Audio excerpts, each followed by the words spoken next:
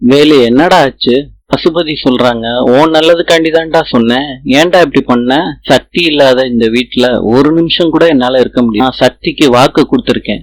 என் தப்ப நானே சரி பண்ணிப்பேன். போய் சக்தி காலில் விழுடா, அம்மா தாயேன்னு கெஞ்சு.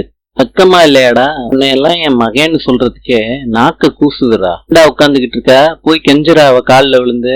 அப்பா, அதுதான்ப்பா நான் செய்ய போறேன். சக்திய நான் கூட்டிட்டு வருவேன், அவகிட்ட மன்னிப்பு கேட்பேன். நான் அவ எனக்கு பொண்டாட்டி. கேளு, நில்லுடா. அவனுக்கு புத்தி மழுங்கி போச்சுரி ஜோதி.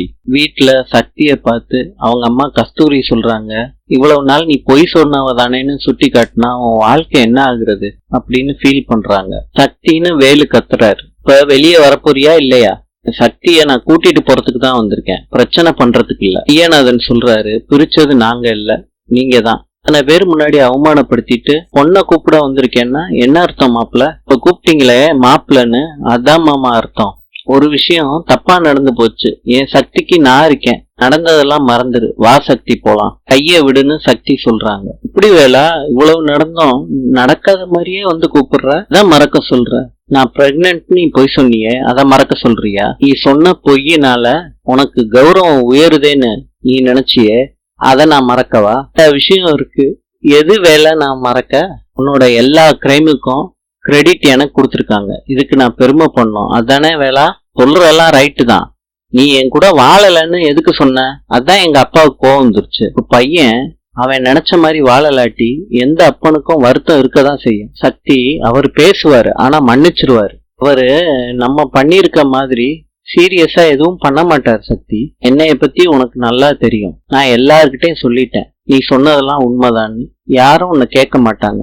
இதெல்லாம் மறக்கிறதுக்கு தான் நம்ம வீட்டுக்கு போறோம். ஒரு சின்ன பிரிவு கூட பெரிய பிரச்சனை ஆயிரும். அதனால வா சக்தி, வீட்டுக்கு போலாம். சக்தியை இந்த இடத்துல இருந்து நான் கூட்டிட்டு போவேன். மெய்யநாதன் சொல்றாங்க, அதுக்கு நாங்க அனுமதிக்க முடியாது. உங்க பொண்ணு வீட்டை விட்டு வந்ததுக்கு காரணம் உங்க அப்பா தான். நீங்க கூப்பிட்டா மாத்திரம் நாங்க அனுப்ப முடியாது. அப்பா வந்து கூப்பிடணும், அப்பதான் சக்தியை உங்க வீட்டுக்கு அனுப்புவோம். என்னது, அப்பா வரணுமா? அதுக்கு வாய்ப்பே இல்ல. தான் சொன்னேனே, எங்க அப்பா இவ்வளவு பெரிய விஷயமா நினைச்சு பண்ணல. பாட்டி சொல்றாங்க, உங்களுக்கு வேணா சுலபமா இருக்கலாம், மானம் தான் எங்க உயிரா நினைச்சு வாழ்ந்துகிட்டு இருக்கோம். மரியாதையை விட்டுட்டு சக்தி திரும்பி வரமாட்டா. இந்த வேலுதான் போய் சொன்னா, அதுக்காண்டி தண்டனையாதான் நானும் சக்தியை அனுபவிச்சுக்கிட்டு இருக்க. நாங்களே சரி பண்ணிப்போம், எங்க அப்பா வரமாட்டார். நீங்க கூட என்ன தடுக்க முடியாது மச்சான். நான் சிக்கல் சிவபதியோட ரத்தம். இனால் சொல்றாங்க, நானும் சிக்கல் சிவபதியோட ரத்தம் தானே. நான் தாண்டி அத்தாச்சிய கூட்டிட்டு போ பாக்கலாம். நீ கிளம்புன. அத்தான் பேசுறப்ப நீ பொறுமையா பேசிருக்கணும்னு. அவர் என் புருஷன், உன் தங்கச்சியா பேசல. சக்தி இந்த வீட்டோட பொண்ணு. முன்னாடி மாதிரி நீ கூட்டிட்டு போக முடியாதுன்னு எல்லாரும் அப்பா வரணும்னு சொல்றாங்க. போய் அப்பா வர சொல்லு, அதுக்கப்புறம் அத்தாச்சிய நானே அனுப்பி வைக்கிறேன். நீனா என்னை தடுக்காத, தள்ளிப்போ. வேண்டாண்ணே, நீ கிளம்பு. நம்ம வீட்டுல ஆம்பளைங்க எடுக்கிற முடிவு தானே நம்ம கேட்போம்.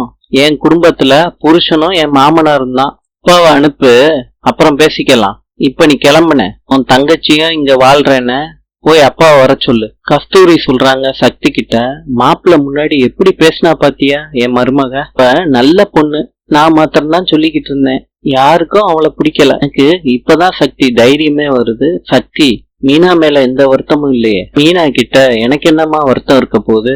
நியாயமா பார்த்தா அவங்கதான் என் மேல கோவப்படணும். என்னாலையும் வேலுவாளையும் தான் நம்ம குடும்பத்துக்கு வந்திருக்காங்க. நேரம் மீனா இல்லாட்டி வேலு என்னைய தூக்கிட்டு போயிருப்பான். மலருமா, நாளை பார்க்கலாம். இன்று ஆப்கானிஸ்தானின் தலைநகரம் காபூல். நாளை பார்ப்போம்.